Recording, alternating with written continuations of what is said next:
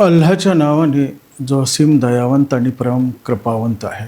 मित्रांनो, रमजानचा पवित्र महिना सुरू आहे. आम्ही सर्व देशवासियांना रमजानच्या शुभेच्छा देतो. रमजानचा हा पवित्र महिना इस्लामिक महिन्याच्या ज्या शाबानचा महिना आहे त्याच्यानंतर जो चंद्र दर्शन होतो त्याच्यानंतर हा महिना सुरू होतो. एक अत्यंत पवित्र असा महिना रमजानचा असून ह्या रमजान महिन्याची सुरुवात चंद्रदर्शनाने होते आणि चंद्रदर्शन करून इस्लाम धर्मीय लोक या चंद्राची आतुरतेने वाट पाहत असतात आणि ह्या महिन्यामध्ये ईश्वराची आराधना करून प्रसन्नता प्राप्त करण्यासाठी ते अत्यंत हर्षोल्लासित असतात.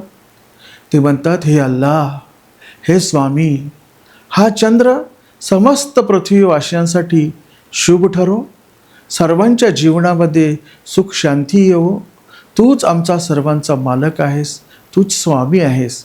आणि चंद्राला उद्देशून सुद्धा म्हणतात, हे चंद्रा, तुझा आणि आमचा, तुझा आणि माझा स्वामी एकच आहे.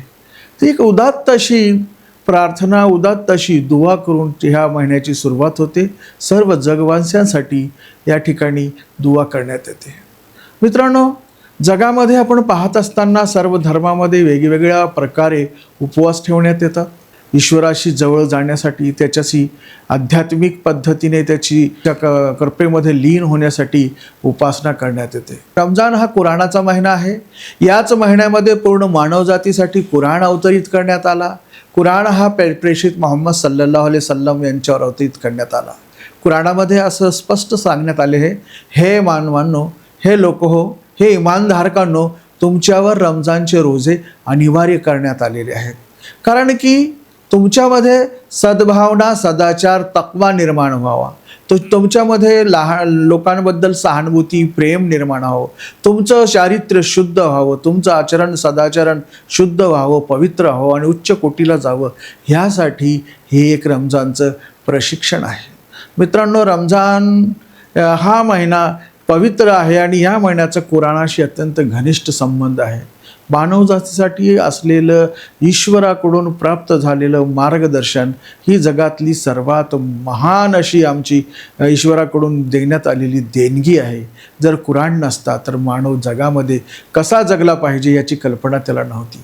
म्हणून कुराणाचं अवतरण या महिन्यात झालं आणि त्यामुळे ईश्वराचे आभार व्यक्त करण्यासाठी, त्याची कृतज्ञता व्यक्त करण्यासाठी या महिन्यामध्ये इस्लाम धर्मीय लोक 30 दिवसाचे रोजे ठेवतात आणि पूर्णपणे निर्जळी असतात. माणसाची एक पूर्ण प्रकारचं हे प्रशिक्षण आहे की जीवन कसं जगावं, कसं ईश्वराची आराधना करावी. हा कुराणाचा महिना असल्यामुळे ईश्वराच्या आराधनेचा 24 तास आराधनाच आहे. जीवनभर आराधनाच करायची आहे. ज्या ईश्वरानं निर्माण केलं त्या ईश्वराची आराधना, म्हणजे त्याच्या पद्धती या कुराणामध्ये आणि प्रेषितांनी आपल्या वचनामध्ये सांगितलेल्या आहेत. रमजानमध्ये सूर्योदयापूर्वीपासून सूर्यास्तानंतर खाण्यापिण्याच्या वस्तूपासून दूर राहणे, कोणत्याही असं वाईट बोलू नये, वाईट पाहू नये आणि आपल्या पत्नीपासून दूर राहणे. म्हणजे ज्या गोष्टी आपल्या लाईफसाठी किंवा आपल्या जीवनासाठी आवश्यक आहेत, ईश्वराच्या आज्ञेनुसार ह्या 24 तास म्हणजे ह्या सकाळच्या सूर्योदयापूर्वीपासून सूर्य अस्तापर्यंत त्याच्यापासून दूर राहणे. आणि ही एक अशी कल्पना, ही एक असं धैर्य आहे, एक असं संयम आहे की ईश्वरा आम्ही त्या ठिकाणी दाखवतो आणि ईश्वराच्या आज्ञेनुसार आम्हाला आवश्यक असलेल्या गोष्टीपासून आम्ही दूर राहतो. इस्लाम हा एकात्मतेचा, सहानुभूतीचा, संयमाचा, धैर्याचा, लोकांना मदत करण्याचा, दान धर्म करण्याचा महिना आहे.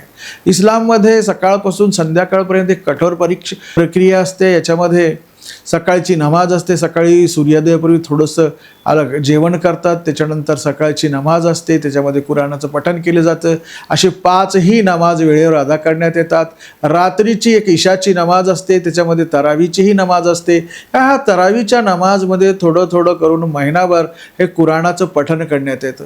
हा कुराणाच्या जागरणाचा महिना आहे, त्याची उजळणी करण्याचा महिना आहे. पुन्हा पुन्हा त्याचं पाठांतर करून त्याच्यामध्ये काय लिहिलेलं आहे ते वाचून त्याला समजून आत्मसात करणे आणि लोकांना ते सांगण्याचा हा महिना आहे. आणि या पद्धतीनं कुराणात जसं सांगितलं त्याचं ट्रेनिंग घेऊन कारण माणसाचा अंतरंग आणि बाह्यरंग सतत बदलत असते.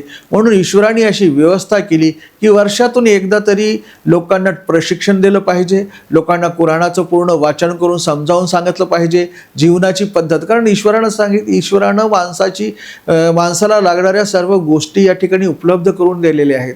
पण त्याचे जे मूळ प्रश्न होते, त्याचा ईश्वर कोण आहे, त्याच्या ईश्वराने त्याला का निर्माण केलं आहे, त्याच्या निर्मितीचा उद्देश काय आहे, रोजा का आहे, रोजा का आणि कसा आहे, आणि इस्लामचे 5 स्तंभ कोणते आहेत, नमाज, रोजा, जकात, हज, हे जे इस्लामचे 5 स्तंभ आहेत ते कसे आहेत आणि का आहेत याच्याबद्दलची पूर्ण माहिती कुराणामध्ये देण्यात आली आहे. नमाजनंतर सर्वात महत्त्वाचा म्हणजे जकात.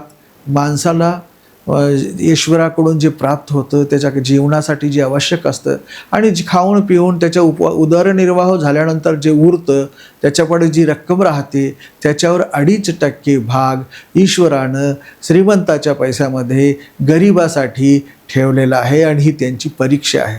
कारण ईश्वरानंच दिलेला पैसा, ईश्वरानंच दिलेली धनसंपत्ती, त्याच्यावरून ईश्वराच्याच आदेशानुसार गरिबांसाठी, विधवांसाठी, अनाथांसाठी, अपंगांसाठी, जे नादार आहेत, जे भुकेले आहेत त्यांच्यासाठी ईश्वराच्या आदेशा. आणि या ठिकाणी माणसाची परीक्षा घेण्यात येते की तो माझाच दिलेला पैसा किंवा माझीच दिलेली धनसंपदा माझ्याच आदेशानुसार माझ्याच इतर दास्यावर किंवा गरिबावर खर्च करतो की नाही हे ईश्वर पाहतो. ही आद्य कर्तव्य आहे. लोकांचं कर्तव्य आहे की ईश्वरानं सांगितल्याप्रमाणे जगलं पाहिजे. त्यांनी दान द्यायला सांगितलं दिलं पाहिजे, त्यांनी जकात द्यायला पाहिजे दिलं पाहिजे. जकात काही टॅक्स नाही, ते एक कर्तव्य आहे. ते कर्तव्य त्याला निभावणं अत्यंत गरजेचं आहे. नाही दिलं तर सूट नाही, त्याची विचारणा होणार आहे. तर मित्रांनो, एक रमजानचा असा पवित्र महिना, लोकांची मदत करणे, लोकांना दान देणे.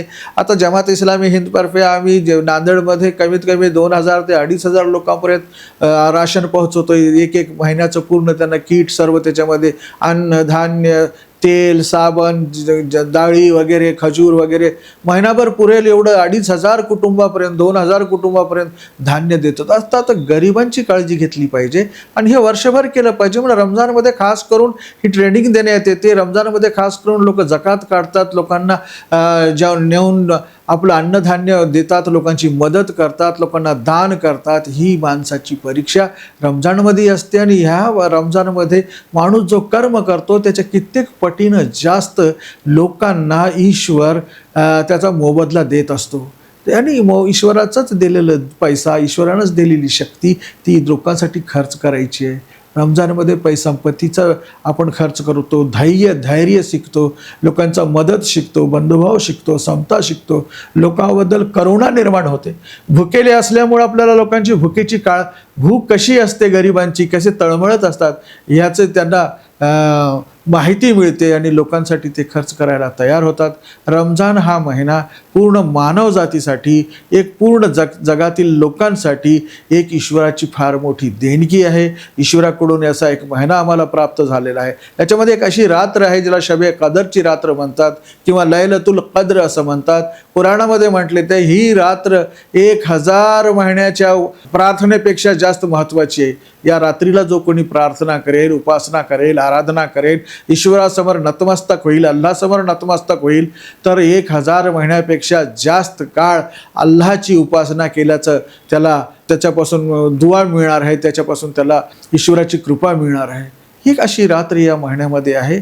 लोक त्या रात्रीला जागरण करतात, अल्लाहची इबादत करतात, प्रार्थना करतात, त्याला प्रसन्न करून घेण्यासाठी प्रयत्न करतात. हा महिना संयमाचा आहे. भुकेपासून दूर राहणं संयम आहे ना. जो आपल्या जीवनासाठी आवश्यक असलेल्या वस्तूपासून दूर राहतो तो इतर कोणत्याही वस्तूपासून दूर राहतो. त्याच्यामध्ये लालसा येत नाही, त्याच्यामध्ये हव्यास येत नाही, त्याच्या आपल्या गरजा भागविण्यासाठी तो वाईट मार्गाचा उपयोग करत नाही. कारण त्याच्यामध्ये धैर्य येतं, त्याच्यामध्ये सहनशीलता निर्माण होते, त्याच्यामध्ये त्यागाची वृत्ती निर्माण होते, त्याच्यामध्ये दानाची वृत्ती निर्माण होते, त्याच्यामध्ये जकात देण्याची वृत्ती निर्माण होते. तो अधिक ईश्वराच्या जवळ जातो, अधिक आध्यात्मिक होतो, अधिक लीन होतो. आपण पाहिलं उपासाच्या काळामध्ये लोक अधिक आध्यात्मिक होतात. देवदेव करतात, ईश्वराचं स्मरण करतात, दानधर्म करतात.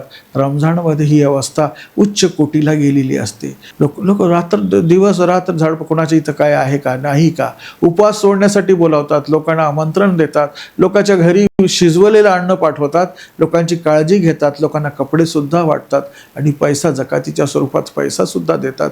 हे रमजानामध्ये सहनशीलता आहे आणि ज्या समाजामध्ये सहनशीलता निर्माण होते तो समाज उन्नती करतो. आणि ह्या रमजानमुळे एकता निर्माण होते, हा सेल्फ कंट्रोल निर्माण होतं. त्या ठिकाणी लोक अनुशासनप्रिय होतात आणि समाजाची उन्नती होते आणि त्यांच्यामध्ये भ्रष्टाचाराची, वाईट मार्ग स्वीकारण्याची, लोकांना त्रास देण्याची, लोकांचं लुटून खाण्याची ही प्रवृत्ती नष्ट होते. आणि रमजान माणसाचं चारित्र्य घडवत असतो, रमजान समाजाचं चारित्र्य घडवत असतो. एकटाच नाही, सर्व मिळून करतात, एकीची भावना. सर्वजण एकेच्या वेळेस उपास धरतात, एकेच्या वेळेस सोडतात, नमाजसुद्धा एकत्र 5 वेळेस एकत्र भेटतात, नमाज एक दुसऱ्याच्या दुःखाची काळजी घेतात, एका दुसऱ्यामध्ये जाऊन मिळून एक दुसऱ्यांना शुभेच्छा देतात. ही एकी निर्माण होते आणि ह्या एकीमुळे ज्या समाजात एकी असते त्या समाजाचा उत्कर्ष होत असतो. आणि जो समाज ईश्वरापासून दूर जातो, इतिहास साक्षी आहे, जो समाज ईश्वरापासून दूर जातो त्या समाजामध्ये अनागोंदी, तो समाज ऱ्हासाला जातो, त्या समाजामध्ये बिघाड निर्माण होतो, त्या समाजाची चारित्र्य संपून जातं आणि लोक कसेही वागायला लागतात. म्हणून मित्रांनो, एक वर्षाचं प्रशिक्षण आहे आणि या महिन्यामध्ये जसं मी आता सांगितलं, कुराणाचं जागरण, कुराणाचं पठण, कुराणामध्ये ईश्वर आमच्या पोषक त्याची अपेक्षा काय आहे. ईश्वरानं आम्हाला प्रत्येक प्रश्न, तुमचा ईश्वर कोण आहे. रोजाचं त्यांनी सांगितलं की तुमच्यामध्ये सदाचार निर्माण व्हावा. जकातीचं त्यांनी सांगितलं की तुमच्यामध्ये दानधर्माची प्रवृत्ती निर्माण व्हावी. तुमच्यामध्ये गोरगरिबाबद्दल आस्था निर्माण व्हावी, प्रेम निर्माण व्हावं. तुमच्यामध्ये ईश्वर आज्ञेचं पालन करण्याचे, म्हणजे पैशाचं प्रेम आहे की ईश्वराचं प्रेम आहे हे सुद्धा या ठिकाणी तपासण्यात येतं. आणि अशा पद्धतीनं रमजान हा पूर्ण महिनाभर एक प्रार्थनेचा, इबादतचा, लोकांना जवळ करण्याचा, प्रेमाचा, सहानुभूतीचा एक महिना आहे. लोकांना देणं आणि लोकांना जास्तीत जास्त कुराणाचा या ठिकाणी अध्ययन केलं जातं, कुराणाच्या ओवी, आणि लोकांना कुराण समजून सांगण्यात येतात. क्लासेस चालतात, घरामध्ये स्त्रियांसुद्धा रात्रभर आपल्या कुराण वाचतात. दिवसा लोक असे मोठमोठाले असं प्रशिक्षण वर्ग भरवतात, त्याच्यामध्ये कुराणाचं पूर्ण उद्बोधन होतं. स्त्रियांना सुद्धा, मुलांना आणि पुरुषांना सुद्धा समजून सांगण्यात येतं. या कुराणामध्ये सांगितलं की अल्लाह एकच आहे, बाकी सर्व निर्मिती आहे, म्हणून निर्मितीची पूजा न करता एकमेव अल्लाहची पूजा प्रार्थना करावी, अल्लाहचीच उपासना करावी. मित्रांनो, एक मजबूत संघटन सुद्धा याच्यामुळे, शिस्तीमुळे निर्माण होते आणि म्हणूनच या महिन्याला अत्यंत महत्त्व प्राप्त झालेले आहे. एक अनुशासनता लोकांमध्ये निर्माण होते, चारित्र्य निर्माण होते. या ठिकाणी रमजानबद्दल भरपूर बोलावं असं वाटतं. जकात देण्याचा महिना किंवा रमजान सहानुभूतीचा महिना, दानधर्म करण्याचा महिना, लोकांना जवळ घेण्याचा महिना, स्वतःचं चारित्र्य शुद्ध करण्याचा महिना. उपवाससुद्धा आरोग्याच्या दृष्टिकोनातून चांगलं आहे आणि उपवासामुळे सुद्धा माणसाचं आरोग्य चांगलं होतं, त्याच्या आतील इंद्रिय आणि बाह्य इंद्रियसुद्धा चांगले होतात.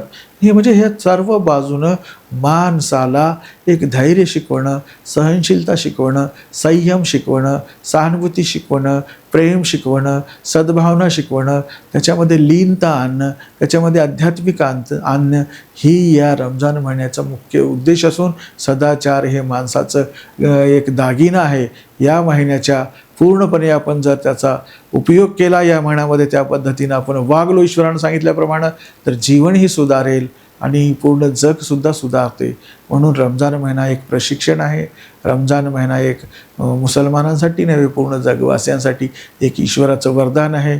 याबद्दल जी माहिती आपणाला दिली ती आपण बाहेरूनही आत्मसात करू शकता.